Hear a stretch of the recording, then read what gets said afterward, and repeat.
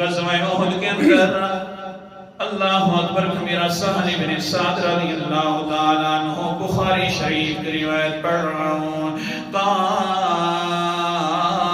جرح وجہ النبی صلی اللہ علیہ وسلم وكسرت رباعيته وهشمت البيضة على رأسها پیغمبر علیہ السلام کا چہرہ مبارک بھی زخمی کر دیا گیا کفار کی طرف سے حضور صلی اللہ علیہ وسلم کا رباعی دانت بھی توڑ دیا گیا حضور صلی اللہ علیہ وسلم نے خودج پہنا ہوا تھا سر مبارک کے اوپر وہ بھی حضرت محمد مصطفیٰ صلی اللہ علیہ وسلم کے اندر گھس گیا چہرے مبارک کے اندر دو کڑیاں بھی گھس گئی ہیں ظالم ابن امیہ نے پتھر مارا تو خودج بھی توڑ دیا اللہ اکبر کبیرہ ہاں پھر وہ جو کڑیاں تھی نکالنے والا حضرت ابو عبیدہ ابن جراح گئے جس وقت سامنے آئے تو حضرت ابو بکر صدیق کی چیخ نکل گئی قال ابو بکر وهو يبكي من جراح رسول الله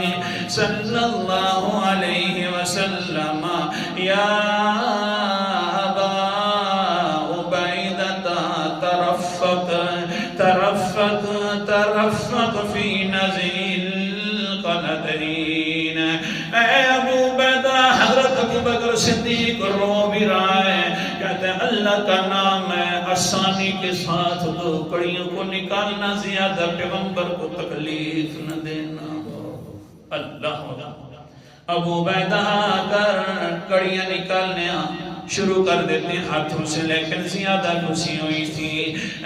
حضرت ابو عبیدہ نے اپنے دانتوں کو استعمال کر لیا ایک طرف سے حضرت محمد مصطفیٰ صلی اللہ علیہ وسلم کے رخسار سے کڑی نکالی دانت ٹوٹ گیا دوسری طرف سے نکالی تو دوسرا دانت ٹوٹ گیا اللہ اکبر کسی نے کہا ہے ابو عبیدہ کیا کیا تم نے اپنے ساتھ دانت بھی توڑ دیے ابو عبیدہ کی بات سنو قال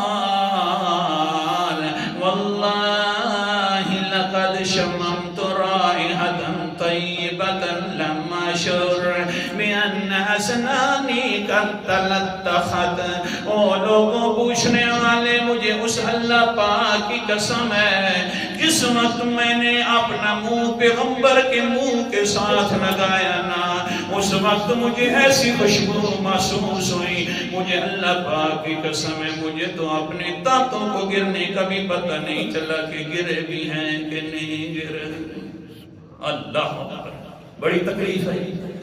لیکن پھر حضرت صحابہ کرام طبقات ابن سعد کے اندر رہتے ہیں فرماتے ہیں کہ وہ جو دو دانت گر رہے تھے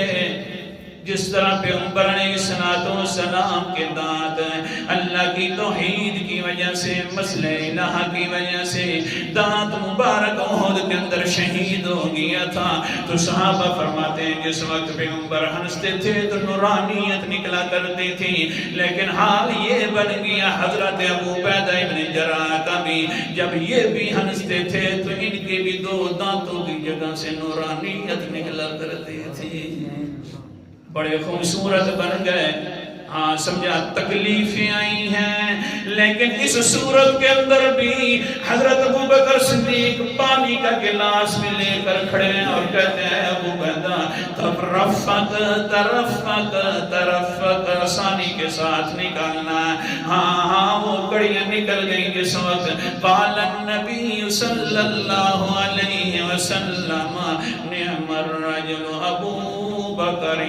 ونعم الرجل ابو عبیدہ بن الجراح